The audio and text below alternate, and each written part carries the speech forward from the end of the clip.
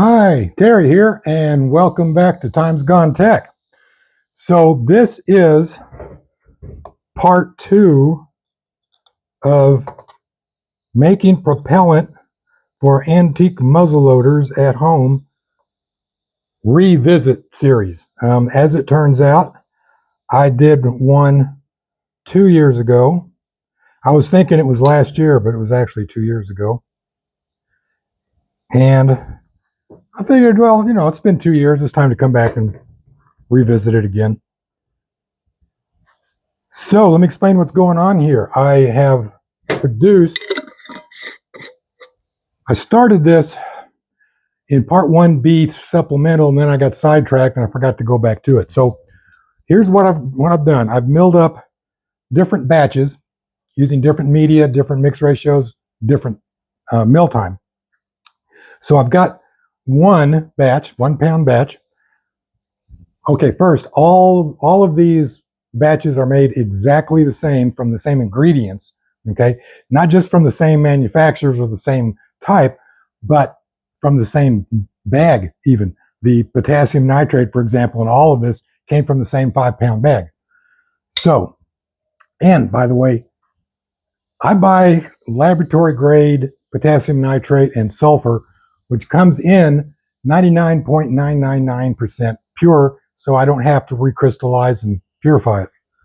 You pay a little more for it, but it's convenient.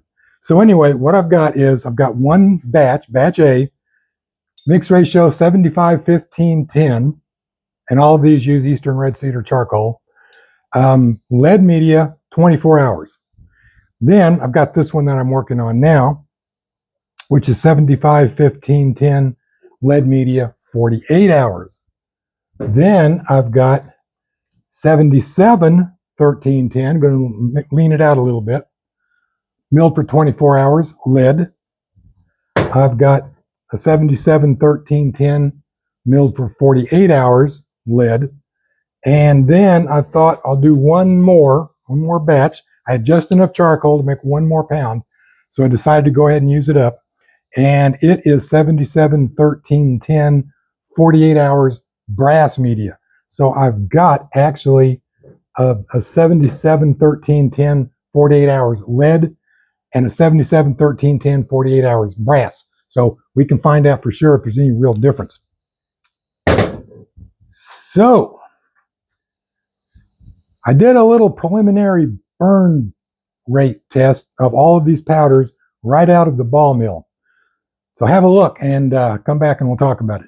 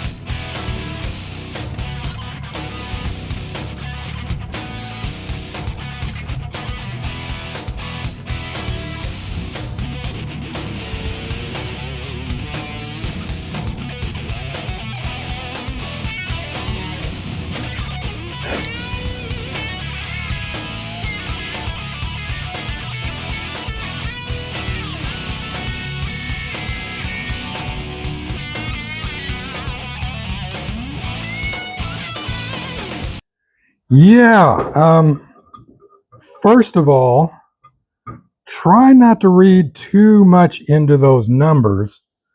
I mean, that's the horses just out of the gate. Okay, there's a long race still ahead. We're not only not in the home stretch, we're just now out of the gate. So anything can happen. But I gotta admit, I really expected to see more of a difference between the brass and the lead media. I really thought the brass would outperform the lead, and I'm just not seeing it. Not yet, anyway. Of course, like I said, it hasn't been compressed, it hadn't been corned, it hadn't been glazed. A lot can happen. I'm in right now the compression stage, if you can see. I'm compressing it in my new mold to these little discs.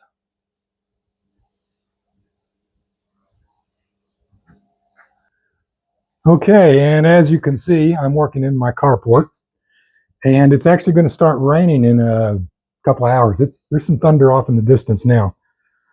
So I'll try and make this quick. So what I'm doing is I'm compressing the powder into those little discs like I showed you, and then I'm going to dry it out and grind it up into mostly 1F for use in my muskets and in Magna Gun of V2 coming up, build coming up soon. And also some 2F and some 3F. So let me show you my mold here.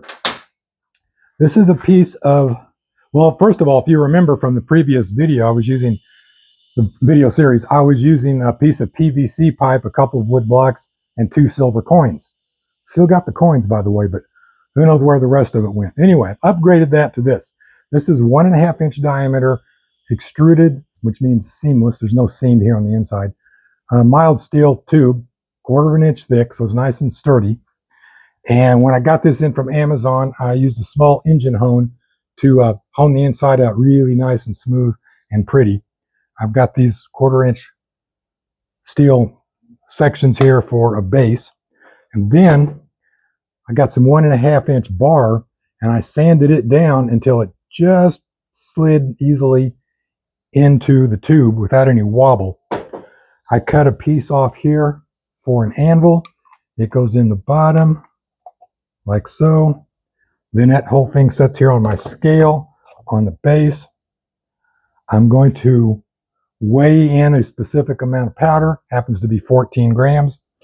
Tear the scale, of course, and then that goes in there, and I'm going to use this big old honking C-clamp to clamp it down.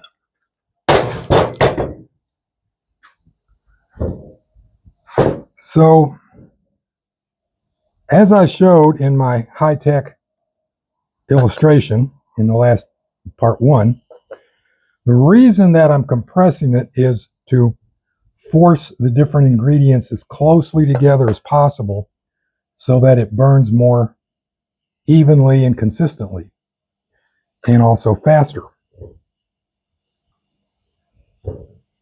Hang on, I'm thinking, okay, there we go. So, yes, there is a certain density that we want to compress to, or at least within a certain range. That's one reason why I'm weighing this out, so that all these discs turn out the same. That way I can put what at least feels like the same pressure from the clamp. I get the same, more or less, density.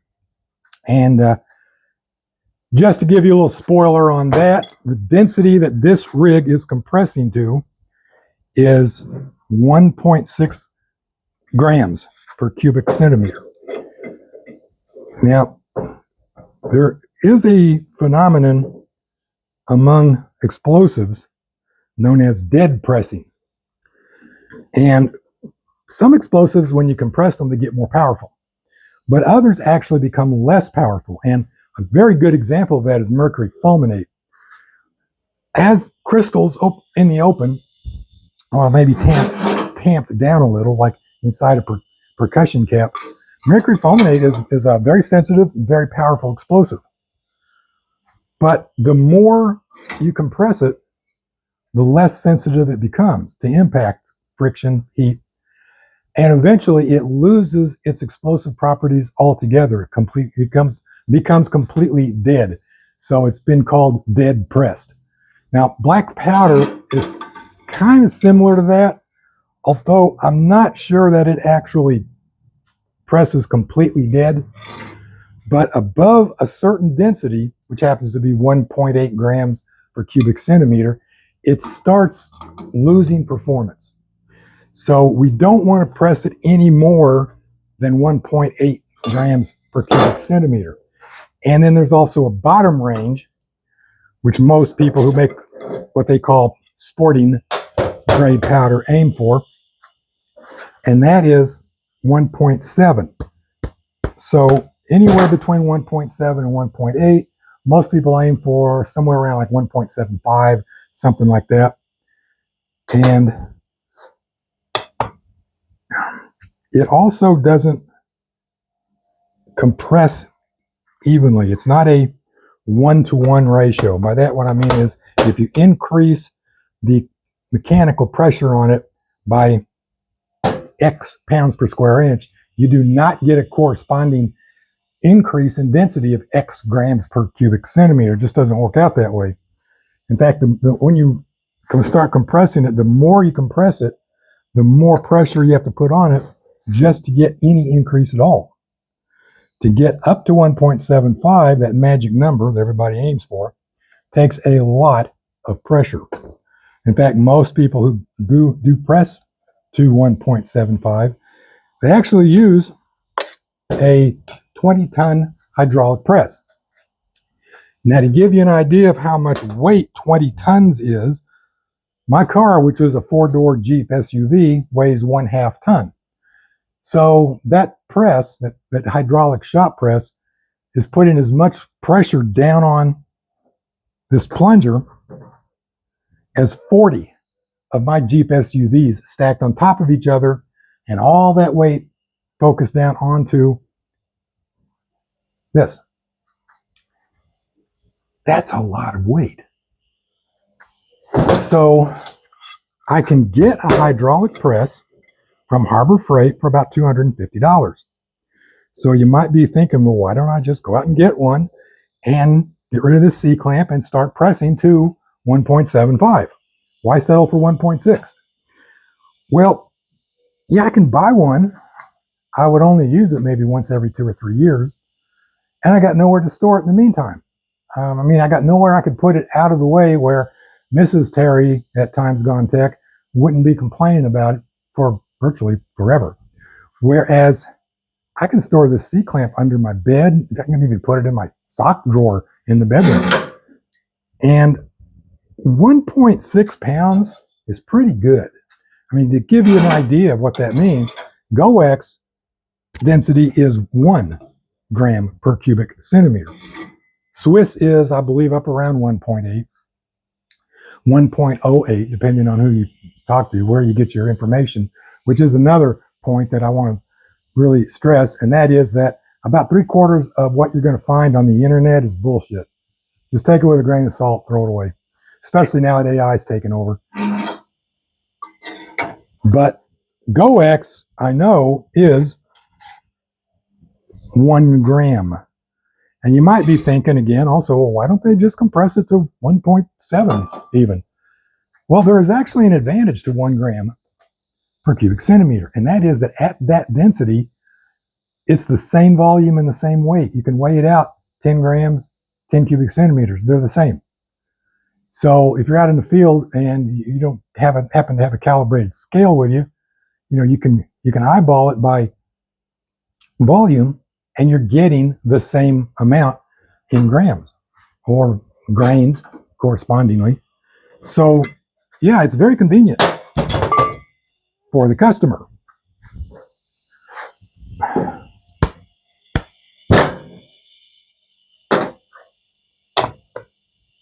So my density being an average of 1.6 is actually pretty good. That's over 50% more than GoX, which probably explains why or at least one reason, why my powder performs like it does, even with using that nasty, dirty lead media, which we didn't see any improvement switching to brass, at least not yet. So, starting out, which I didn't film, sorry, Didn't get my camera set up in time. I need to add a little bit of water back into this mix before I compress it. And I do that so the water acts as a kind of a solvent that kind of melts everything together a little bit, and then you compress it, the water evaporates out, and now it's going to stick together nice and hard. So I use this spray bottle in distilled water, and with a little trial and error, and this is one part of how I know I'm getting 1.6 grams per cubic centimeter, is I weigh out 14 grams, and I had to do a little experimenting to find the actual numbers, 14 grams of, I'm sorry, getting ahead of myself. We're still talking about water. Okay, I add 10 grams of water to every 454 grams of powder. So for every pound of powder, I add 10 grams of water. And by using a spray bottle, I can just squirt a couple times, put it on the scale, squirt a couple more times, stir it up, put it on the scale until I put in 10 grams. So that's the easy part. Okay, once I get all that stirred up, then I measure out 14 grams into the mold. And it doesn't have to be 14 grams. It can be any weight as long as they're all the same. As long as you use the same value, the same weight, this method will work. The reason I use 14 grams is I like to compress my discs down, or pucks, or press cake, or whatever you want to call them. I like to compress it down to about 1/4 of an inch thick, which is what this is. That's just about 1/4 of an inch thick. Works out really well in my grinder. That's why these pucks are compressed pretty hard. When they dry out, this is easier to break them up into pieces and then run them through the grinder. It also makes the math a little easier. So density is weight divided by volume, and the actual total formula to calculate density is, where pi, of course, is 3.14159 times the radius squared times the height of the disk, which I've already done the math, and that gives me a finished, well, it gives me a finished volume of 7.24 cubic centimeters. Okay, now on this 14 grams of weight, some of that is water. So, in fact, 10 grams. So by measuring out 14 grams, I can calculate up exactly how many discs I'm going to get out of that 464 grams total weight now. And then I can divide the 10 grams by the number of discs. That gives me how many grams of water are in each disc. I can then subtract that from the 14 grams to get an actual dry weight. And then when I do the math, it comes out to 1.6 grams density.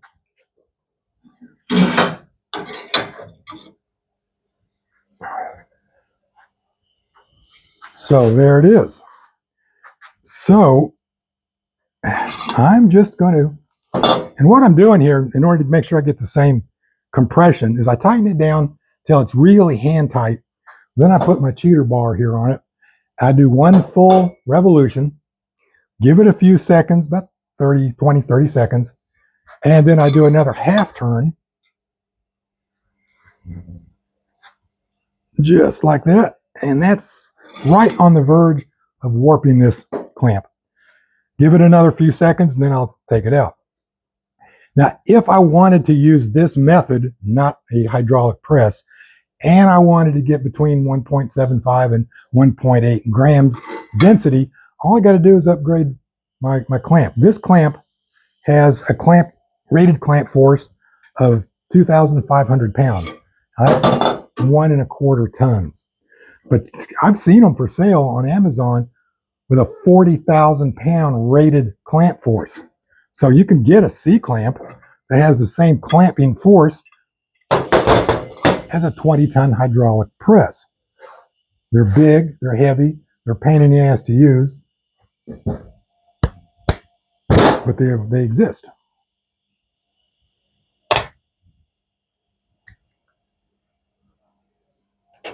So that's pretty much all there is involved in compressing.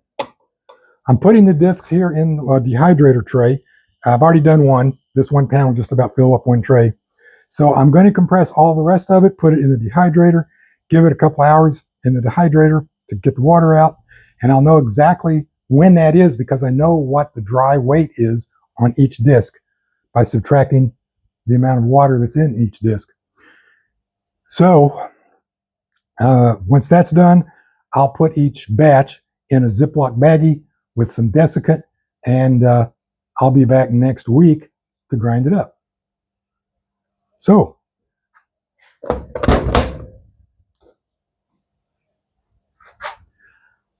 have a great weekend and see you next week.